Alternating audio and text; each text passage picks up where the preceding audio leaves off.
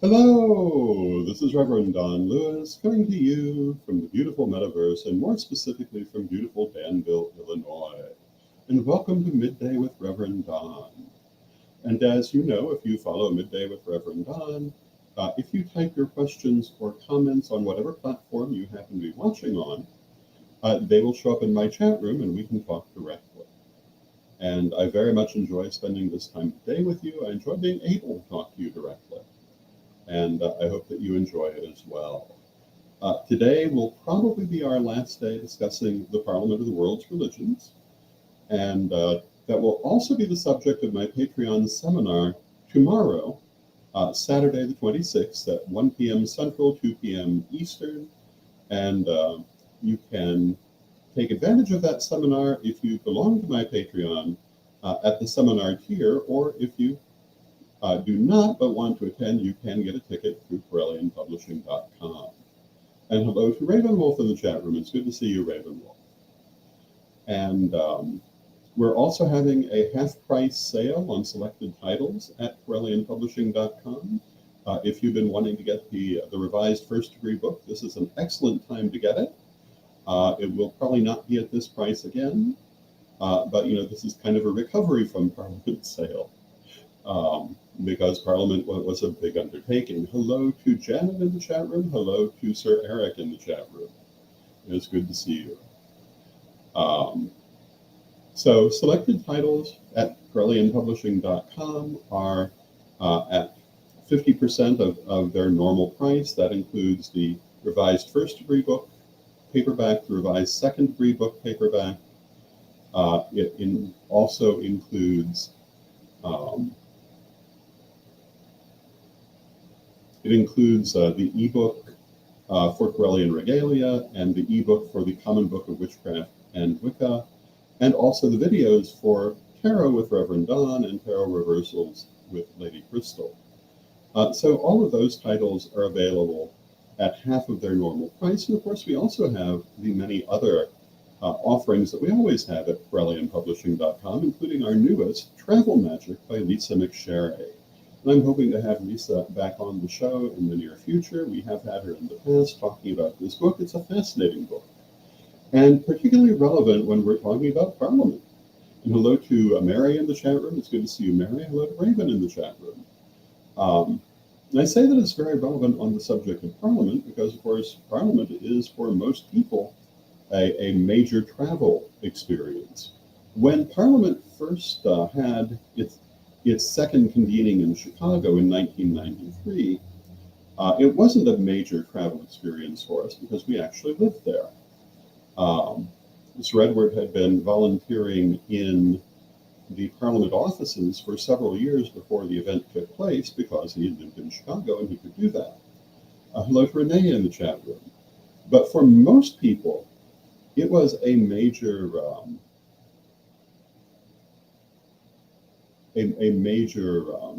travel undertaking.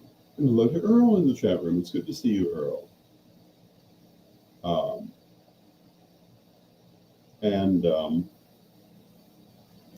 With Travel Magic, it's a book that focuses specifically on magic related to travel. And, this is actually a very useful thing.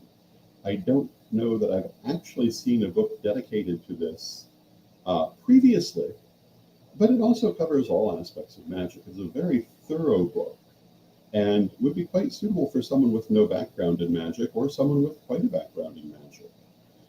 It has sections for invoking safe travel. It has sections for protecting your luggage, for enchanting clothing, for having a pleasant trip.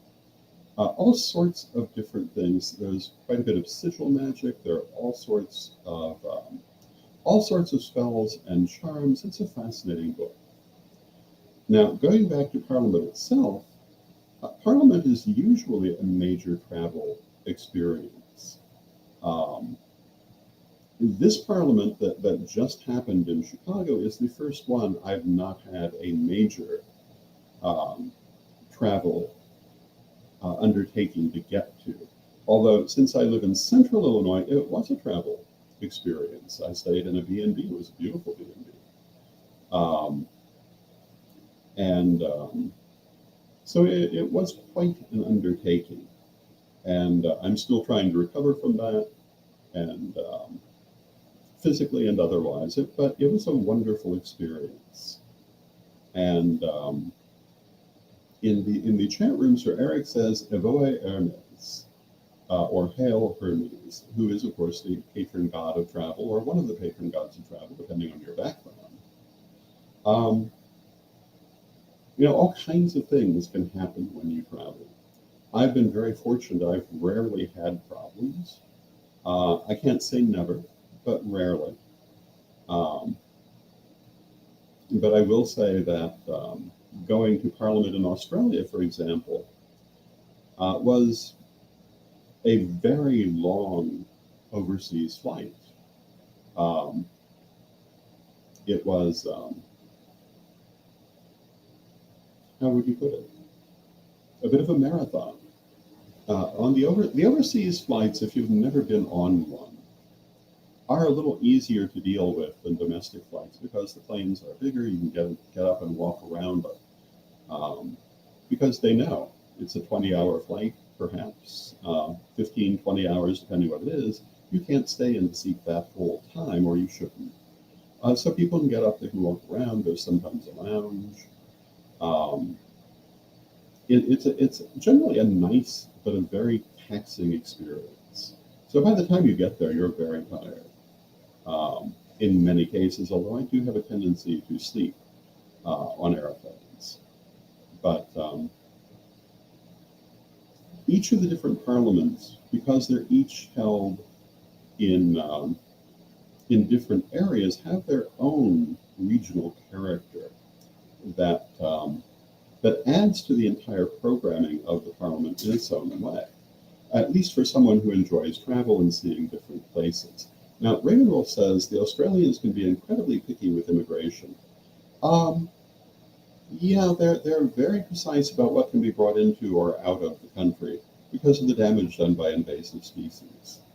I do remember at that parliament, Dr. Wende Abimbola, who was the leading representative of the Ifa religion, was very upset because he had brought his altar with him, as he normally does, and they would not allow it in the country. They confiscated it, which is absolutely catastrophic from an Ifa point of view.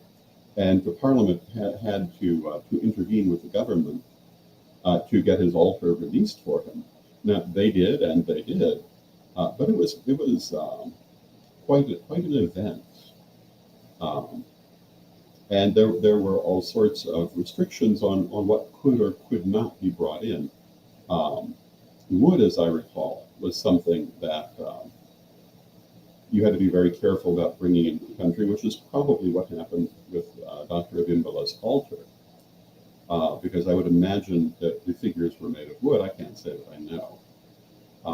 Meeting people like Dr. Abimbola and Robert Hunyanhuno of the Vedanta religion from Nigeria, these were highlights of that particular parliament for me. Hello to Lynn in the chat room. Meeting the wide range of different people that you meet at Parliament, learning about the different customs, that's really one of the highlights, I think, for most people who go, because if you've gone to Parliament at all, you've gone because you want to learn and share. You haven't gone just to sit at your table and twiddle your thumbs. You want to experience that wider world. You want to experience different ideas and different customs, and you definitely can do that. One of the things that commonly happens at Parliament, I will admit I did not see it at this one, but there were parts of this one I never got to because it was so large. But the Buddhist monks from Tibet commonly do a sand painting at Parliament. And they will spend the entire Parliament creating this very intricate painting and then sweep it away at the end, which is, of course, the point of the sand painting. It illustrates the fact that life is temporary and that we don't build with the idea of permanence, but with the idea of what needs to be done in the moment, what gives us pleasure in the moment, what what fulfills us in the moment, because we don't know what tomorrow brings. And the sand painting illustrates this idea.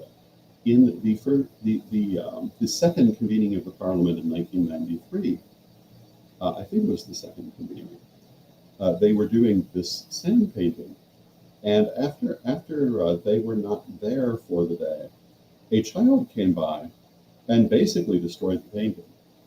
And there was a lot of uproar about this. But the Buddhist monks said, no, no, no, that's the point of the sand painting, that it's temporary. This is not a problem at all. And they just swept away the old and started over again and created another new beautiful sand painting. And they are very beautiful. If you've ever seen the sand painting being done, the way that they do it is that they have the different pigments in a solid form, and they chip them off to create the designs. And the sound of that is very rhythmic, very meditative just by itself. And the act of creating the sand painting is a meditation. Now, hello to Kai in the chat room. Kai says, I converted my steps into miles. I walked approximately 60 miles the week of Parliament. I believe that. It was gigantic. It always is. The one thing Parliament never is small, and you can never do everything that you want to do. And, you know, this is kind of a bit of a life lesson, like the sand painting. You can come to Parliament, but you can't see everything you want to see. It's not going to be possible. Things you may want to go to may be right up against each other, simply because there's so much. Things that you want to see maybe in places that you don't get to in the large venues where Parliament is held. Maybe you didn't know that that corridor went there. Maybe you didn't realize there was another room. But this is like life. You know, there are so many things to do in this world, so many adventures we can have, but we can never have them all. We have to enjoy what we can do and do it to the best of our ability. And Parliament is just the same. And the sand painting is just the same. And, you know, if someone comes in after hours and destroys our sand painting, we have to realize it was only temporal anyway. And the right thing to do is simply the next right thing. You start your next sand painting. You start work all over again. Because in the end, it's not the destination, it's the journey that matters to the soul. And of course, that is one of those cliched sayings, but very, very true, I think. And with Parliament,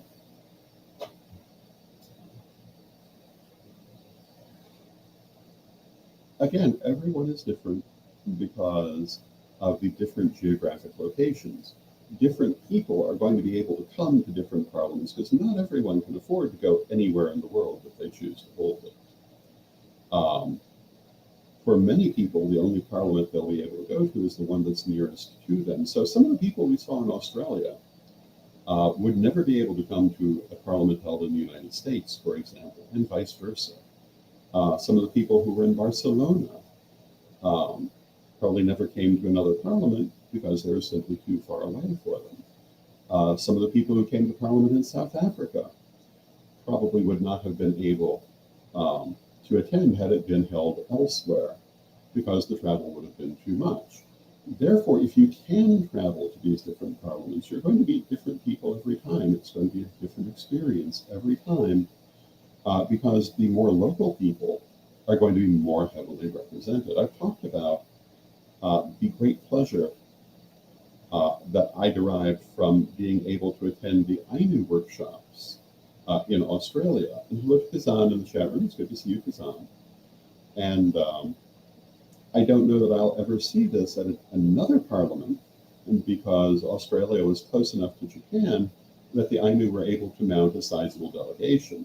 I'm sure that individual Ainu may be able to attend any given parliament, but probably cannot come in that number to anything that's farther away. The same was true for the Aboriginal people. I'm sure there were Aboriginal people at the recent parliament in Chicago, but not in the same numbers and not able to do the same sorts of presentations for that reason.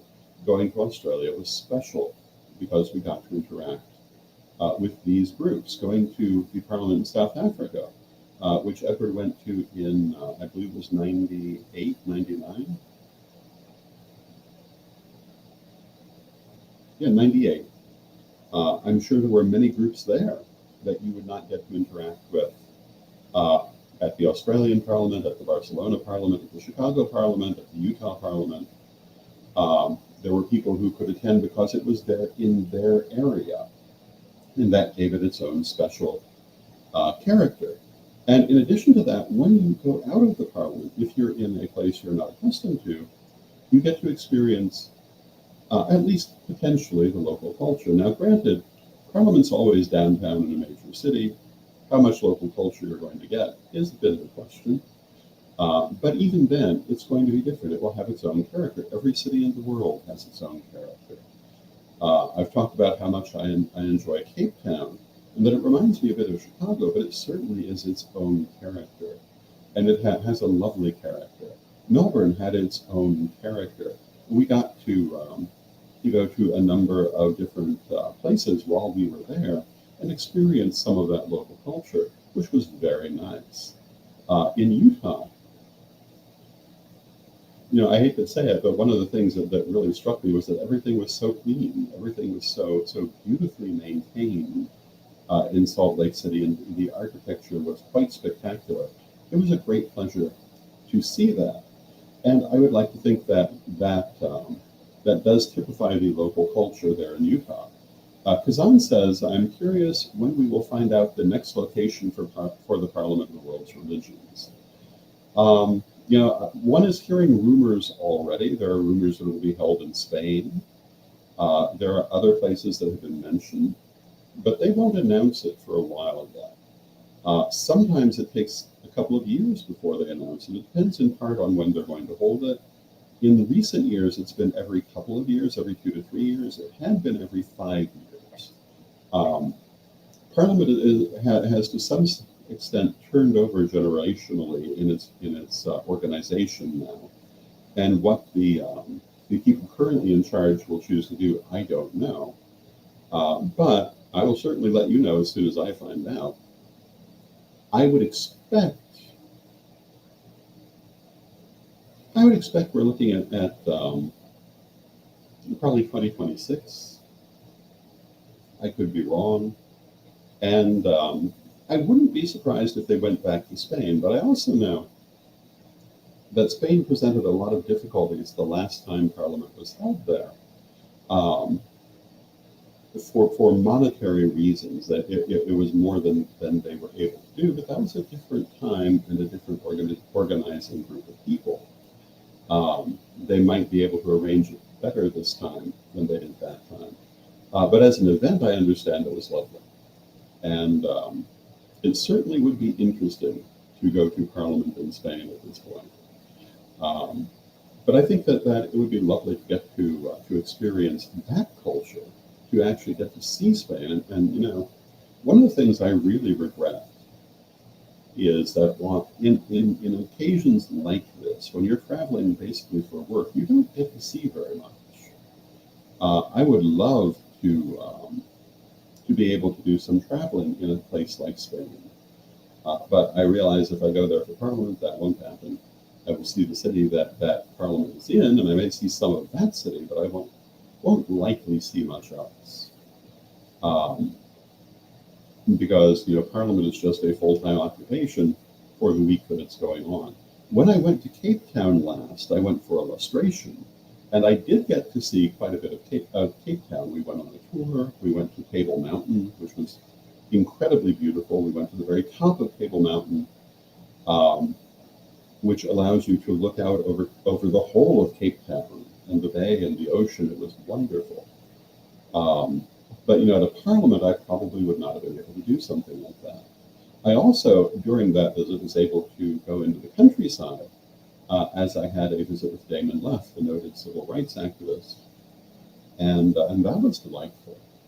And In several ways, it was unexpected. I was not expecting, given all that's happened in South Africa, I was surprised by how tranquil the countryside around Cape Town seemed to be. Um, it was just very beautiful. We went to, among other things, a fairy preserve. And if you've ever seen my distinctive white hat that I tend to wear, I got it at that fairy preserve in South Africa. You say, what is a fairy preserve? Well, it's basically a children's amusement park that also had a number of shops and stores in it, and a number of interesting art installations. But these are some of the kinds of things that you see um, when you travel to these different places. Um, like I say, in Utah, one of the things we did is we got on their public transit system and went all the way out to the edge of the city and then all the way back in. And while that was not certainly an immersive experience, it did allow us to see a lot more of Salt Lake City than we would otherwise have seen. I remember being intrigued by the landscape, which is very different from most places I have lived. Um, but it was just a beautiful experience. It was a beautiful city, beautiful people. Toronto was a beautiful city. One of the things I found fascinating about Toronto is that there are hallways in some of the big buildings downtown that people use to cut through in the winter when the snow can be quite formidable. And these are basically treated as public thoroughfares, which I thought was a very practical thing to do. Toronto was quite a lovely experience. One of the things about Toronto that made it distinct from other parliaments that I have personally been to was the very large Indigenous presence. Um, there were so many, there was a full Indigenous track, which is not uncommon at Parliament, but it had a much higher profile, I thought, in Toronto than really anywhere else I have been. Certainly not the only place that there have been Indigenous people, in this case Native American people, um, but it was presented, I think, very well in Toronto. And the closing ceremony was handled by the Indigenous people, who had a beautiful final ceremony um, that many people took part in. And basically, one offered herbs to the fire. There were prayers, and it closed with a hug going all the way around the circle. And that was quite remarkable. They actually called me forth to be the first person to receive that hug and then pass it on. And it ended with Lady Angela. And it's because of that ceremony that she became our sacred grandmother. And she carries many of our stories, especially in relationship to the holiness of the earth and the sacred teachings of the earth. And so each of the parliaments has been different. How will the next one be different? I don't know, because they haven't announced where it will be. As I have said, it may be in Spain. It would not be, I wouldn't think, in Barcelona. They've done Barcelona. But another major Spanish city, or it could end up in India. I think it would be fascinating to have Parliament in India. Um, I'm relatively certain it will not be held in the Near East because of the many political issues happening there. It would provide a lot of difficulty, I think, for Parliament to try to do it there, but they might take it back to Africa. I think it would be wonderful to attend Parliament in Africa. Or South America is also, I believe, a possibility. The other place I've heard actually discussed is Brazil. And I think that would be a fascinating place for Parliament. And I think it would be particularly beautiful to see the African traditional religions and their offshoots, which are very strong in Brazil, make a strong showing at Parliament. It wouldn't be the only time they've done so, but I think it would be more so in Brazil than other parliaments I've personally been to. Of course, the parliament in Africa, they made a very strong showing, as you would be expecting. And Raven Wolf in the chat room says, I'm not sure Dubai would allow it. And, I'm not sure they would either. And that's why I say the politics of the region make it very unlikely that we'll see parliament happening in the Near East. But all these other places are definitely contenders.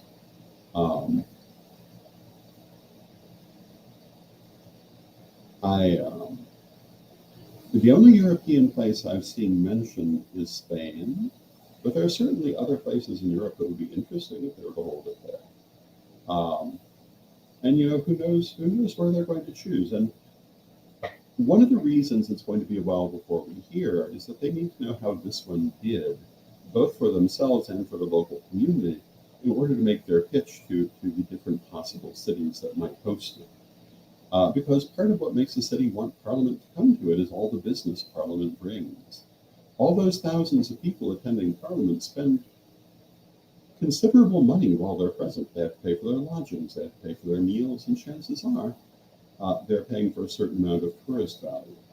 So there is a lot going on with Parliament besides just the event itself for that local community. And therefore, local communities usually make a good deal to the organizing body of Parliament to bring it in the hope of getting those tourist dollars. And, we often forget when dealing with religion that there are also business issues involved. You can't do something like this if you can't afford to do something like this. And a big part of that for Parliament is what sort of deals they can get from the hosting community that make it easier to do. I mentioned they have run into trouble in Barcelona because they did not get as much of a deal as they might have, and it proved to exceed what they were able to cope with. It took them a while to recover from it. I don't believe they've had that problem ever since, but they had it then, as I understand. I was not in Barcelona. Sir Edward was in Barcelona, but he was sick most of the time. And so I don't really know a lot about that one for that reason. But these are some of the things about Parliament as an experience. Parliament is an important political occasion. It's something which, as a minority religion, it's important for us to be represented at. And there are all those considerations. There are also the spiritual considerations of connecting with people from other religions, learning about them, sharing our own beliefs with them, and having positive experiences. But finally, there's also a tourist angle, because wherever it is, it's not where you normally are for the most part. It's a major trip, and I think most people do want to take at least part of that time to see that local community that is hosting Parliament. I know most of the people who came, most of the Corellians who came to this Parliament took at least one afternoon to go and see Chicago. Some stayed an extra day after the end of Parliament and used that day to see Chicago. But there's so much to see in Chicago, so much to do. You can never possibly fit it all into a day, but you can see something. And so this basically concludes my discussion of Parliament. And I see we're coming up on the end of our half hour for today. I do want to remind you that if you would like to support me in my work, you can do so through my Patreon at revdonlewis.com. Or if you'd be interested in having a reading, you can set up a reading with me through my email, donlewishp@aol.com, or through instant message at Facebook or Instagram. And I hope that you're having a lovely day. I hope the rest of your day is good. I love you all, and I love spending this time with you. And let us close, as we always do, with our prayer. Divine Mother Goddess, Divine Father God, beloved ancestors, we ask you to help us to see those things that are most important in our lives and to focus our attention there. Help us to accept the prosperity of the universe and to let it flow through our lives, and help us to share our prosperity with others. Help us not to become closed off, but to remain open to you and to our fellow people, and help us to enjoy the adventure that is life. Beloved Mother Goddess, beloved Father God, beloved ancestors, we thank you with great love and respect, and knowing you are always with us, but from respect, we thank you for your presence, and may you be blessed now and always. And I thank you for your presence, and may you be blessed now and always.